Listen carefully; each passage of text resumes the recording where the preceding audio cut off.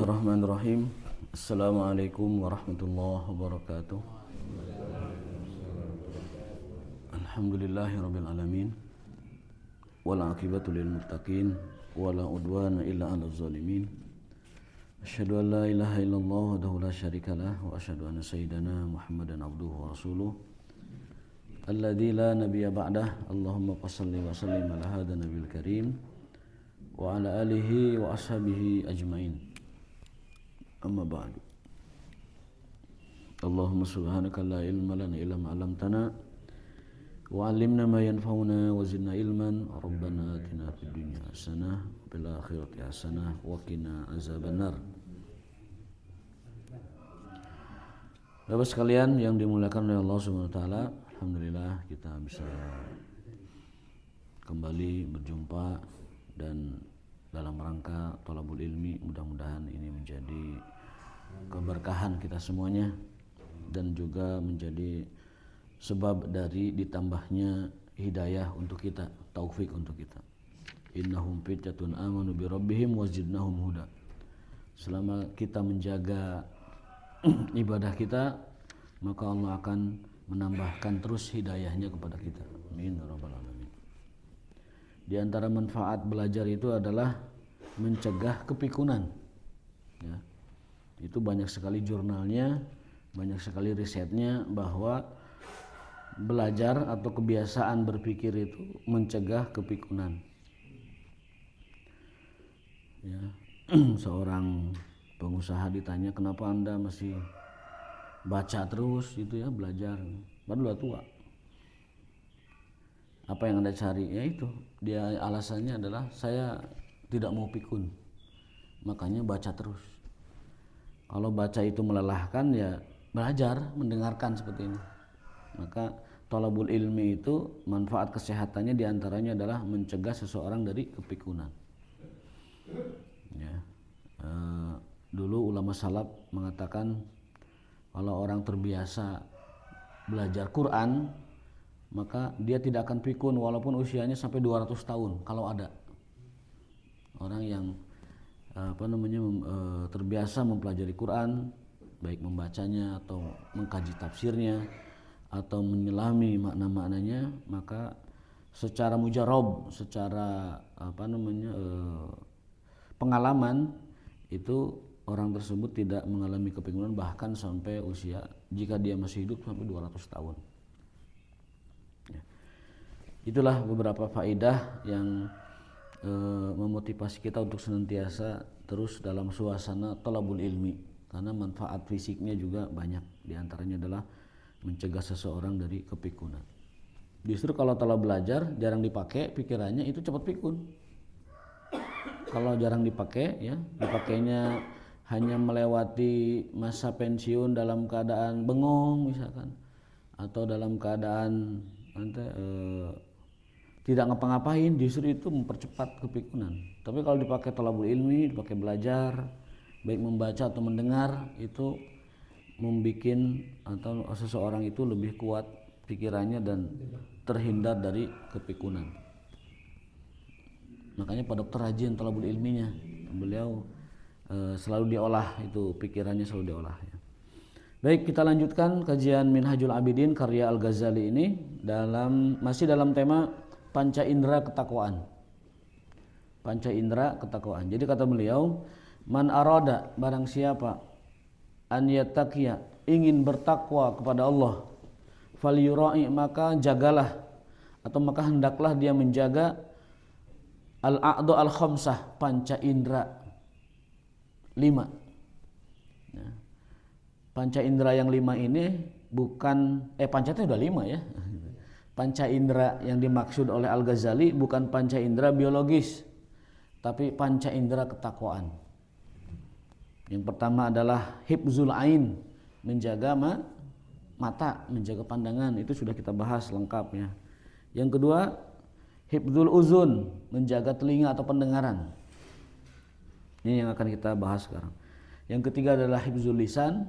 Yang keempat hifzul batan, menjaga perut. Dan yang kelima terakhir itu adalah hifzul qalbi, menjaga hati. atau saunul qalbi, menjaga memelihara hati. Baik secara fisik maupun secara maknawi ya, secara maknawi. Tapi yang dimaksud oleh Al-Ghazali di sini adalah secara maknawi. Parji, karena parji itu dia ini efek. Kalau mata, telinga, hati dan perut itu terjaga, itu biasanya yang bawah stabil biasanya. Tapi kalau panca inderanya ini nggak kejaga, nah itu biasanya tidak stabil itu. Jadi itu efek dari penjagaan yang 5 itu. Baik, fa'alaika bisyanati sam'ika anil khana'i wal fudul. Kata Al-Ghazali, hendaklah engkau menjaga pendengaranmu anil khana'i wal fudul, dari suara-suara yang tidak bermanfaat, dari bunyi-bunyi yang tidak manfaat, dari ucapan-ucapan yang tidak bermanfaat, atau ucapan-ucapan yang al-fudul, yang terlalu berlebihan gitu. Jangan terlalu banyak mendengar. Jangan terlalu banyak mendengarkan. Wa dzalika li amrayni. Hal itu dikarenakan oleh 2 hal. Ahaduhuma lima ruya annal mustami' syarikul mutakallim. Yang pertama karena pendengar itu adalah sekutu yang berbicara. Syarikul mutakallim. Orang yang mendengar itu adalah partner dari orang yang berbicara. Bisa jadi mereka keduanya punya dosa yang sama. Satu berbicara, satu mendengar, dua-duanya berserikat dalam dosa itu. Li'annal mutakallim syarikul mustami, li'annal mustami syarikul mutakallim, karena pendengar, penyimak itu adalah partner ya, syarik bagi pembicara. Maka janganlah kita membiarkan diri kita ada dalam satu majelis atau ada dalam satu komunitas atau ada dalam satu acara di mana di tempat tersebut, di momen tersebut, orang yang berbicara di dalamnya itu terlalu berlebihan berbicara, satu. Yang kedua, berbicaranya yang tidak berguna. Yang ketiga, berbicaranya mengandung kemungkaran. Maka kalau kita tetap di situ, kita dihitung sebagai syarikul mutakallim, orang yang berserikat dengan yang berbicara. Maka tinggalkan majelis itu. Atau keluar dari majelis itu.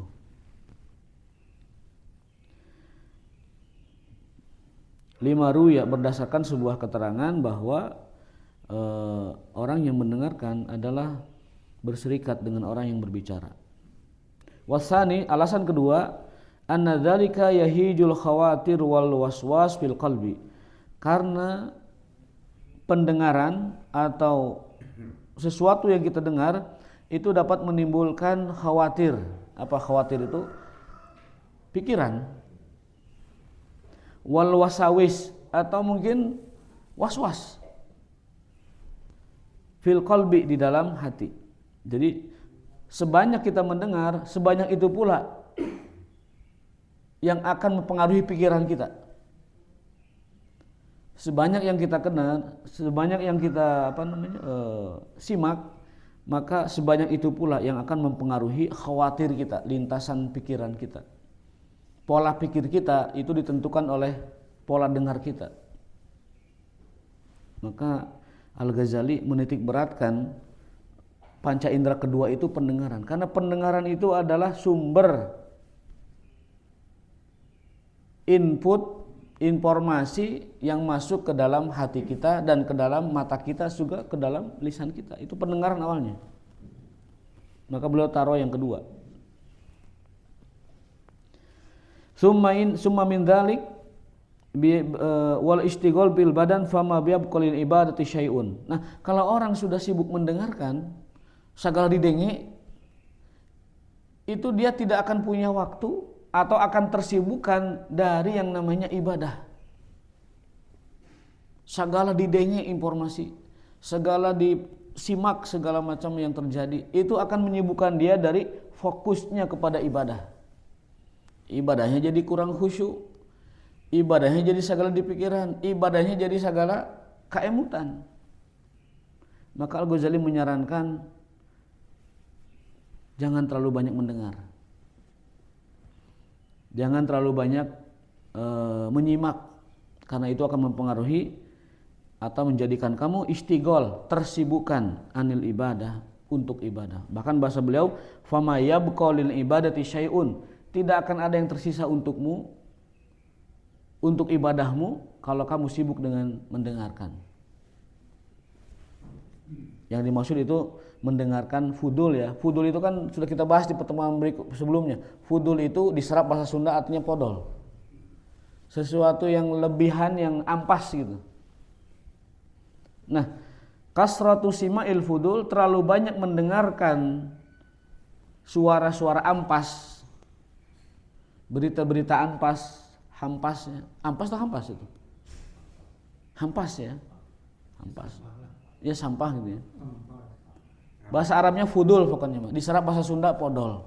Artinya sesuatu yang ampas gitu. Nah, terlalu banyak mendengarkan fudul, sima'ul fudul, terlalu banyak, itu akan membuat kita disibukkan dari ibadah, atau kehilangan fokus dan khusyuk kita dari ibadah, atau bahkan pikiran kita disita oleh berita-berita itu, tidak ada yang tersisa untuk pikiran yang baik kita dan ibadah kita, kecuali yaitu yang kita dengar, yang kita saksikan itu. Maka jangan terlalu larut di dalam mendengarkan. Cuman permasalahannya di kondisi sekarang itu, kita ini tanda petik ya, dipaksa atau mau tidak mau mendengarkan dagelan-dagelan ya, ataupun kebusukan-kebusukan yang ada di sekitar kita gitu. Mau tidak mau.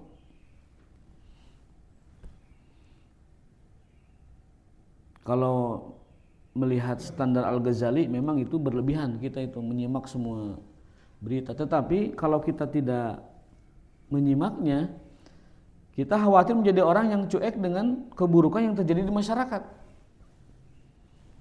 Ada kebobrokan di ini, ada kemungkaran di ini, ada kemaksiatan di ini. Kalau kita diam, mereka menganggap diamnya kita itu kelemahan.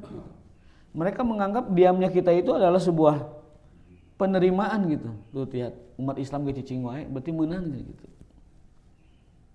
Nah, jadi makanya Al-Ghazali membatasi di sini. Yang berbahaya, yang menyebabkan kita ini lupa fokus atau hilang fokus kita dalam ibadah atau disibukkan dari ibadah, itu adalah sima'ul fudul, terlalu banyak mendengarkan yang sampah-sampah atau yang ampas-ampasnya. Jadi di sini mungkin harus dicari titik keseimbangannya ya. Yang dikhawatirkan oleh Al-Ghazali itu adalah mendengarkan terlalu banyak hal-hal yang tidak berguna. Termasuk berita, Pak. Tidak semua berita harus kita dengar. Tidak semua informasi harus kita ketahui. Bahkan tidak mengetahui kadang lebih baik. Tidak mengetahui sesuatu itu kadang lebih baik daripada mengetahui sesuatu. Tapi perlu mengetahui agar kita tidak terjebak dan jadi korban, terjerumus kepada madarat dari informasi itu. Kalau kita tidak tahu bahwa sering ada penipuan yang masuk telepon kita, mungkin kita akan terjebak kepada telepon penipuan, dan itu faktanya sudah terjadi juga. Kalau kita tidak tahu bahwa di tempat anu itu tidak aman, kita tidak tahu infonya, kita malah ke situ, akhirnya jadi korban juga. Jadi mendengarkan itu kita harus pula pilih, harus selektif ya dalam mencari informasi. Tidak semua informasi harus kita dengar, tidak semua berita harus kita dengar, karena itu akan menyibukkan diri kita dari fokus kepada ibadah hingga tidak tersisa apapun untuk ibadah kita. Summa'lam annal kalam alladhi yaqa'u fi qalbil insan wa sam'ihi bimanzilati ta'am. Nah, beliau menganalogikan bahwa sesuatu yang masuk ke telinga kita itu sama dengan sesuatu yang masuk ke makanan kita, ke perut kita. Yang bedanya ya, kalau sesuatu yang masuk ke perut kita itu gampang hilangnya. Adapun yang masuk ke telinga kita itu kadang seumur hidup kita butuhkan untuk melupakannya. Sesuatu yang menusuk di hati, sesuatu yang menyakiti teman, sesuatu yang bikin traumatik orang lain, itu kadang seumur hidup waktu untuk melupakannya. Jadi kata beliau, ucapan yang masuk ke telinga itu sama dengan makanan yang masuk ke perut. Ada yang manfaat, ada yang madorot, ada yang bervitamin, ada yang mengandung racun, ya. Ada yang membawa energi, ada yang merusak. Hanya bedanya makanan dengan pendengaran itu tadi. Sesuatu yang masuk ke makan itu yazulu anil maidah, akan hilang dari lambung kita, binaumin, mungkin setelah tidur akan hilang. Wa ghairihi, ataupun dengan mungkin kita meminum obat kalau itu merusak pencernaan kita. Atau dalam waktu yang lama, zamanan summa yazul, beberapa waktu juga hilang nanti. Walahu dawa, dan ada obat yang untuk menghilangkannya. Min jismil insan, dari badan manusia. Tapi ucapan yang masuk ke telinga kita atau telinga orang lain, waqa'a fi qalbihi farubama yabqa mahu jami'a umrih, bisa jadi seluruh hidupnya itu, seluruh umur dan usianya itu teringat-ingat terus. Butuh seumur hidup untuk melupakannya. Nauzubillah min dzalik. Maka hati-hatilah dengan telinga, baik kita yang menjadi pendengar atau orang lain yang akan mendengarkan ucapan kita. Walayansa, dia tidak akan melupakan selamanya kalau sudah masuk ke telinga itu. Fa in kana, walaupun sudah minta maaf ya, walaupun sudah minta maaf, itu apa yang sudah terdengar, waduh, tidak akan pernah. Apalagi wanita. Wanita kalau sudah mendengar sesuatu, seumur hidup dia akan ingat terus.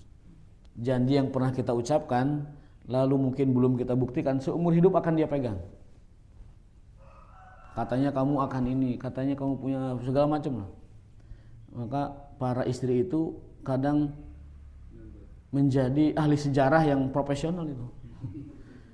Para istri itu ahli sejarah yang jago itu. Semua yang pernah kita ucapkan 20 tahun yang lalu, bahkan mungkin dari awal pernikahan, dia ingat betul di kepalanya itu.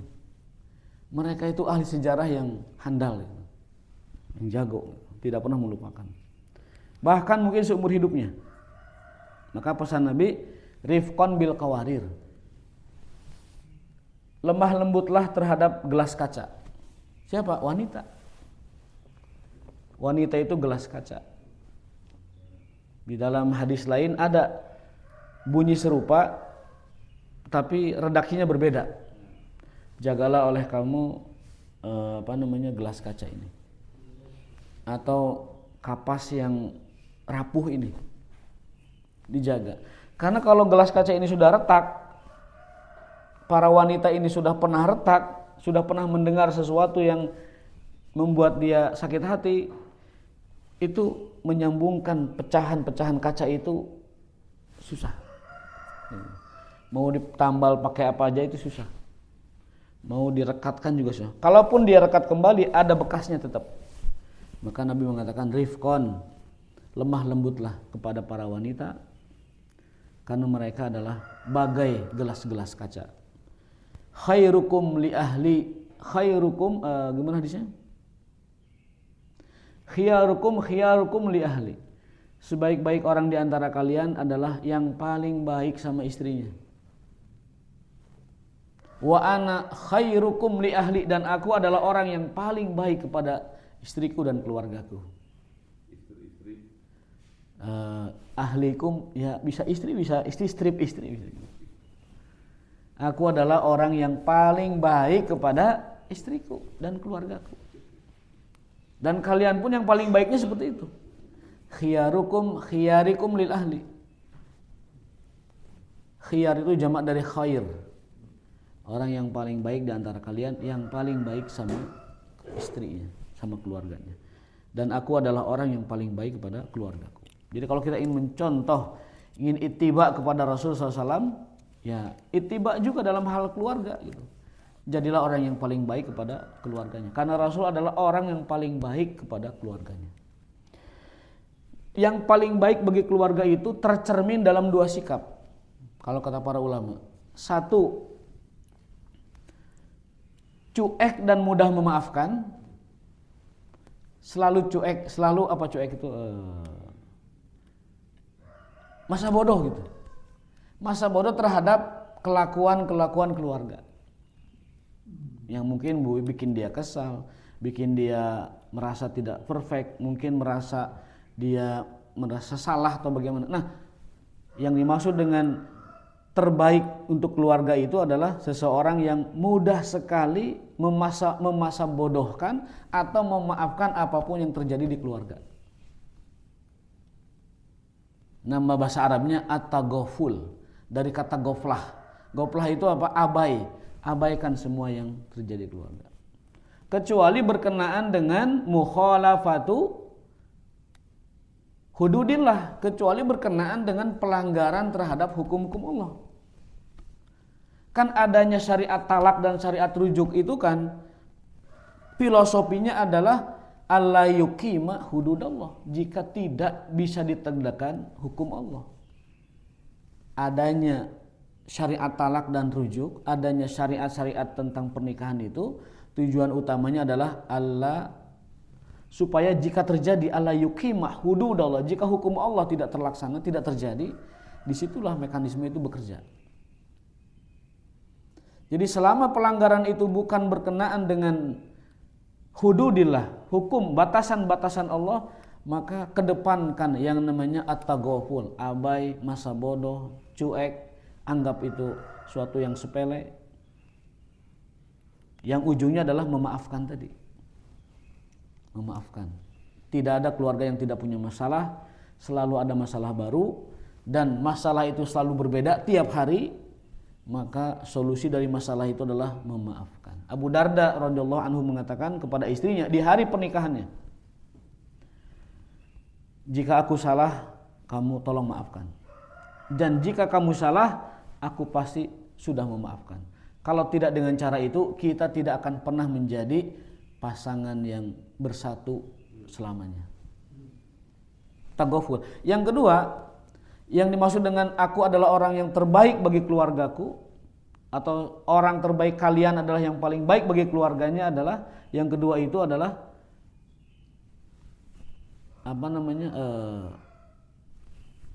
al-badlu, dermawan bagi keluarga, royal bagi keluarga. Jadi itu yang dimaksud dengan dua sifat atau dua karakter yang dimaksud dengan terbaik buat keluarga. Satu adalah mudah memaafkan selama itu bukan hukum Allah yang dilanggar. Yang kedua adalah royal dan dermawan bagi keluarga itu. Itu dua akhlak yang luhur bagi keluarga.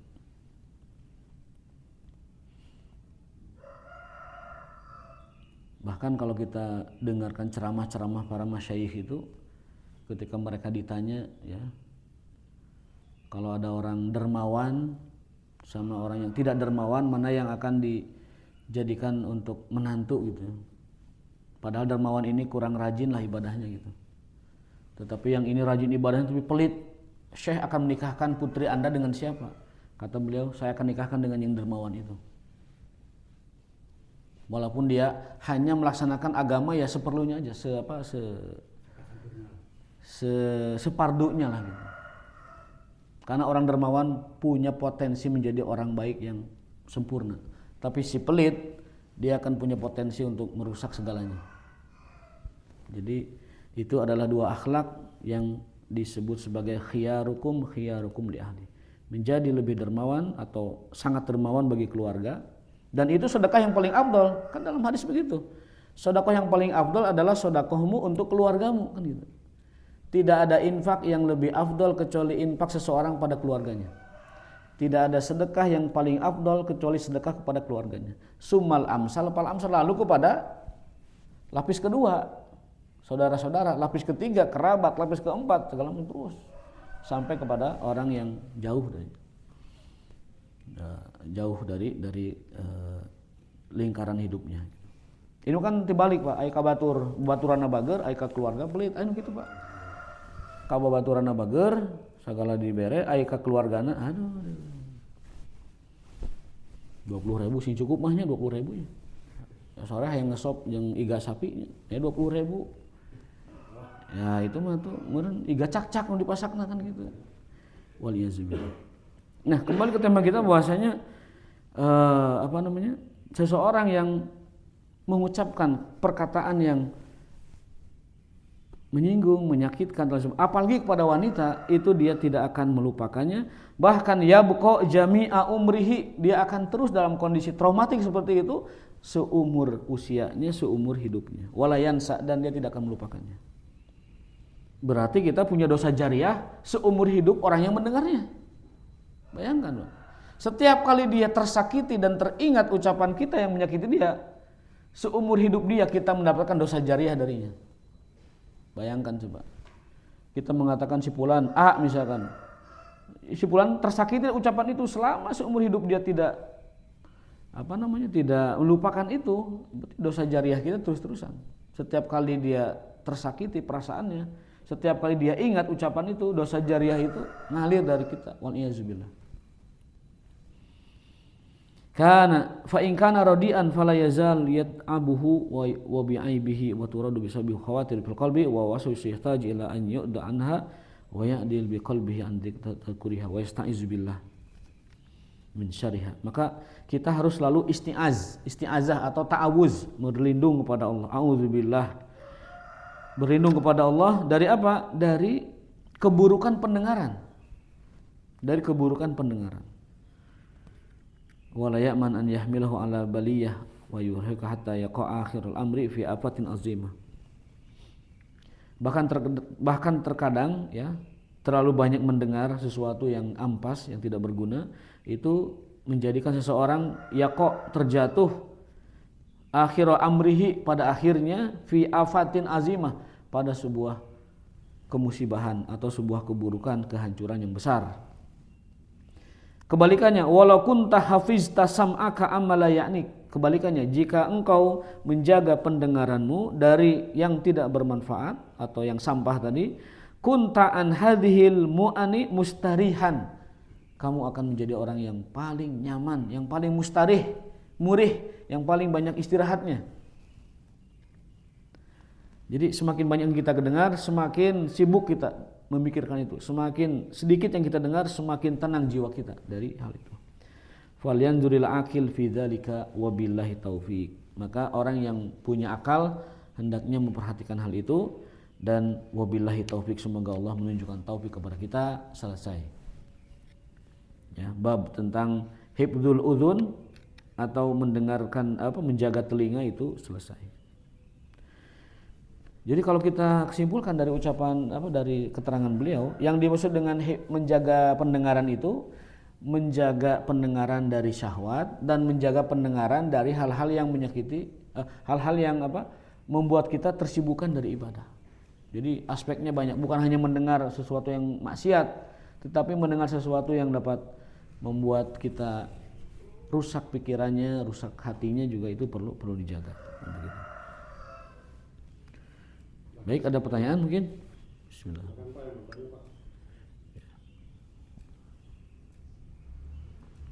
Alhamdulillah. Tapi jangan diartikan mendengarkan ilmu, beda ya. Kalau mendengarkan ilmu itu justru harus ya. Inna sam'a wal basara wal fuada kullu ilaika kana anhu mas'ulah. Sesungguhnya pendengaran, penglihatan dan hati itu akan dimintai pertanggungjawaban. Kenapa farji tidak disebut di ayat itu? Karena farji itu efek dari tiga itu. Sam'an, wa basoran, wa fuadan, itu akan membawa seseorang kepada keburukan, termasuk keburukan farji. Kalau tidak ada yang bertanya, kita kebutkan saja. Yang ketiga itu adalah hifdzul lisan. Ya? Nah.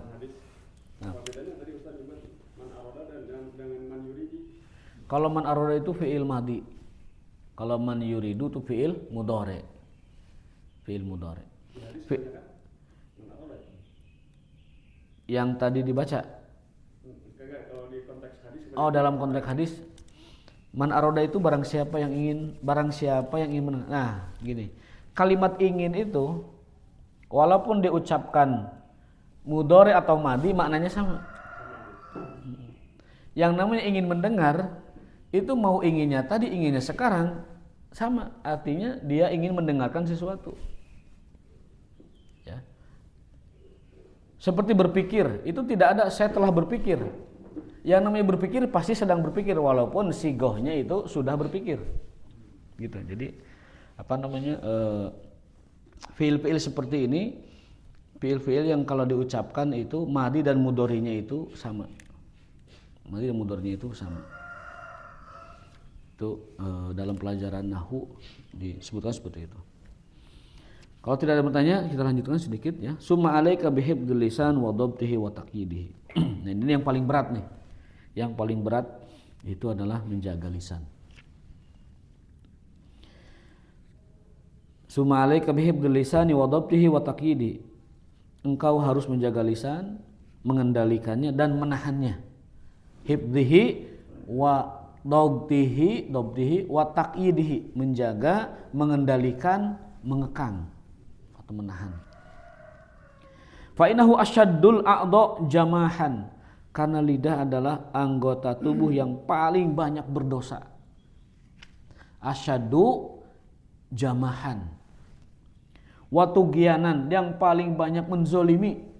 Tugyan dari kata togut. Togut itu kan zolim. Togut itu zolim. Kalla innal insana layat go. Sesungguhnya manusia itu seringkali berbuat yatgo, zolim. Yatgo arro'ahu stagna, saat ia memiliki sesuatu. Ada orang yang jadi togut zolim karena ilmunya, ada orang yang jadi togut zolim karena hartanya, ada orang yang jadi zolim atau togut karena kedudukannya dan lain sebagainya. Anro'ahu stagna, saat ia merasa memiliki sesuatu, maka biasanya manusia itu yatgo, menjadi togut, menjadi zolim. Hibduhu, menjaganya, wadobtuhu, mengekangnya, menahannya supaya tidak liar lisan kita, wataqyiduhu, dan mengendalikannya. Jaga, kekang, kendalikan, itu lisan. Bukan jaga, mengendalikan, mengekang. Ya sama. Mengekangnya dikedepankan aja. Itu urutannya aja. Ya. Itu dalam surah Al-Alaq. Ya. Yang yatgo itu. Yatgo itu dari kata togo. Togo yatgo. Itu yang dikatakan begitu itu karena maksudnya itu kalau kita mendapatkan kemudahan ataupun kenikmatan, malahan kita jadi yatgo gitu. Di ayat berikutnya kan anro'ahu stagna, saat ia merasa goni. Apa goni itu? Merasa punya. Jadi seseorang itu, manusia itu kalau sudah merasa punya ilmu, punya harta, punya jabatan, itu yatgo. Kebanyakan manusia mah yatgo gitu. Menjadi sewenang-wenang, menjadi zolim, melampaui batas. Karena nggak mungkin orang melampaui batas kalau dia tidak istagna, tidak punya sesuatu. Ya kan? Fir'aun yatgo kenapa? Innal insana la yatgo. Yatgonya Fir'aun kenapa? Karena berkuasa ratusan tahun kan. Yatgonya Haman karena banyak harta. Yatgonya Abu Jahal karena kedudukan di kaumnya. Abu Jahal kan bukan presiden, bukan raja, bukan orang kaya, tetapi dia kedudukan di kaumnya itu powerful banget dia. Tidak ada yang terjadi di Quraisy tanpa pengetahuannya, kalau boleh dikatakan. Tidak ada yang terjadi di Quraisy, tidak ada keputusan Quraisy kecuali di tangannya. Maka Nabi mengatakan Abu Jahal itu Fir'aunu hadhil ummah. Fir'aunnya zaman sekarang itu Abu Jahal. Gitu Abu Jahal ya. Kedudukannya karena dia bukan pejabat, bukan presiden, bukan orang terkaya dan semacam. Orang terkaya ada lagi namanya Walid bin Mughirah.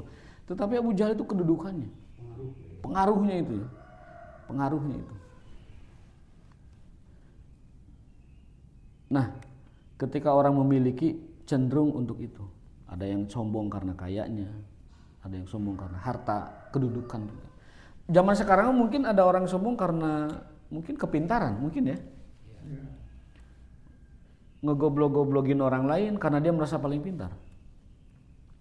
Atau mungkin membodohkan orang lain karena kalau memang pola pikir seseorang itu memang dungu dan memang apa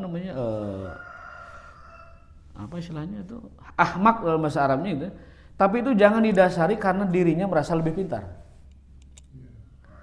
tetapi didasari kepada kesalahan berpikir orang tersebut gitu.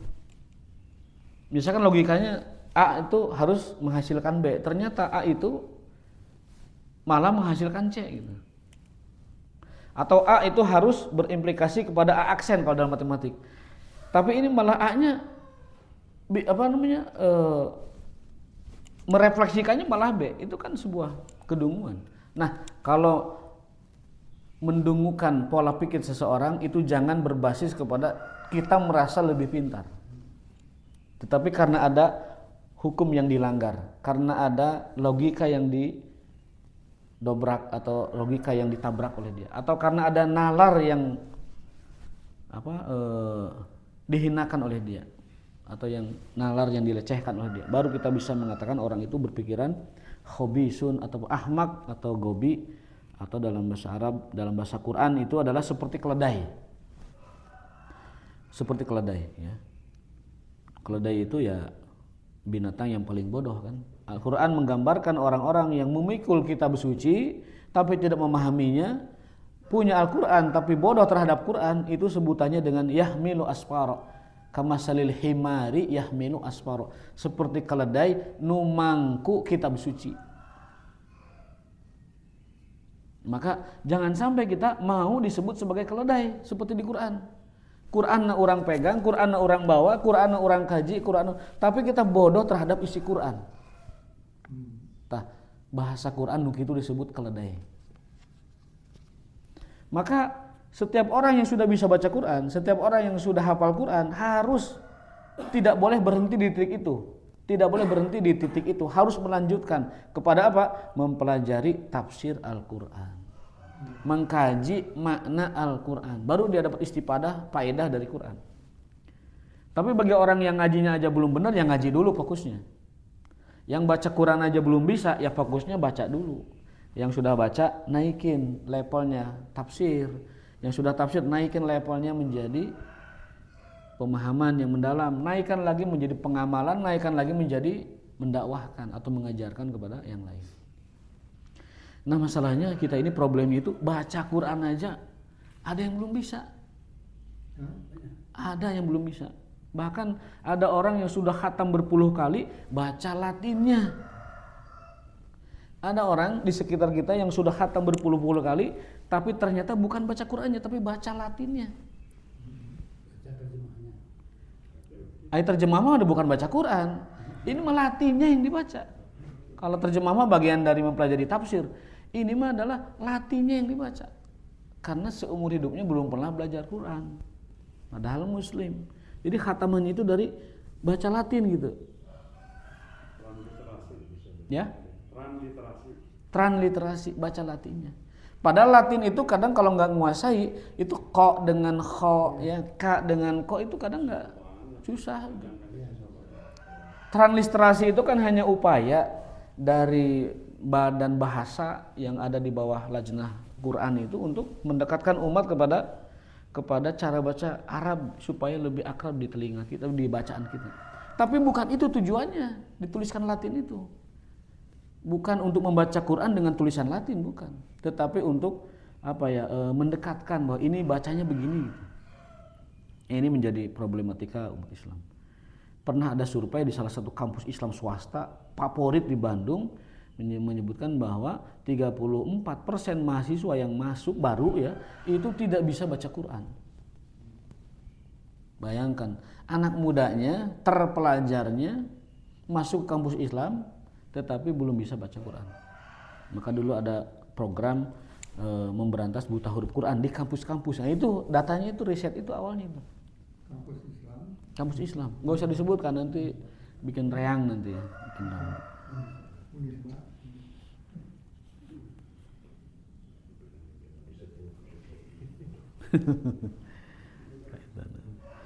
Baik ya.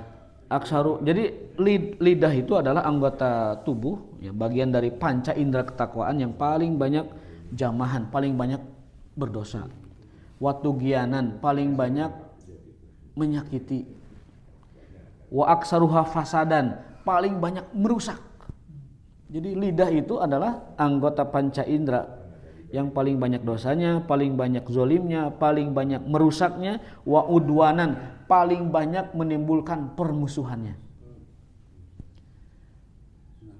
Kita pernah memperhatikan di Jakarta itu, di Jakarta hampir tiap bulan Ramadan pasca sahur setelah sholat subuh pasti ada tawuran.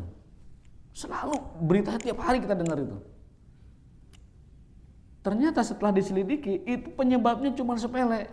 Yang ini rombongan habis sahur bersama atau apalah gitu ya, habis dari subuh, habis kuliah subuh atau habis ibadah subuh, pulang ke desanya, pulang ke RT RW-nya begitu, ngelewati tongkrongan ini, terucap perkataan sekata dua kata, gitu kan?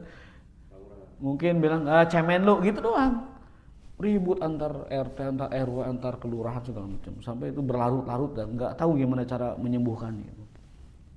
Jadi semua kerusuhan masyarakat yang sifatnya itu horizontal ya, konflik horizontal itu awalnya itu hal sepele, saling ledek. Ayo jelema nuker ngalamu cicing, beungeusnya hurung misalkan, itu langsung itu.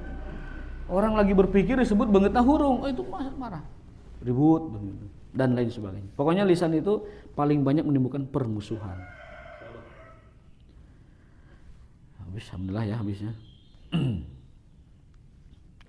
Sebagai penutup sebuah hadis Nabi SAW dari Sufyan bin Abdillah bahwasanya Rasulullah SAW ditanya olehnya, ya Rasulullah, ma aksaru ma takhafu alayya, ya Rasulullah, apa yang engkau paling takutkan dari diriku? Ini karena ini yang bertanyanya adalah Sufyan ya. Apa yang engkau paling takutkan dari diriku? Pak akhwat Nabi SAW, lalu Nabi SAW menggenggam lisannya, mengisyaratkan kepada lisannya, ini yang paling aku takutkan kepada engkau atau dari engkau. Ini berlaku buat umatnya juga. Jadi itulah hal-hal yang perlu kita waspadai. Ke depan kita akan pelajari tentang bagaimana cara kita menjaga, mengekang dan mengendalikan lisan. Ada 5 langkah, ada 5 cara menurut resepnya Al-Ghazali. Terima kasih atas perhatiannya. Mohon maaf jika ada kekurangan. Hadanallahu iyyakum ajmain. Kita tutup dengan kifaratul majlis. Subhanakallahumma wa bihamdika asyhadu an la ilaha illa anta astaghfiruka wa atubu ilaik. Assalamualaikum warahmatullahi wabarakatuh.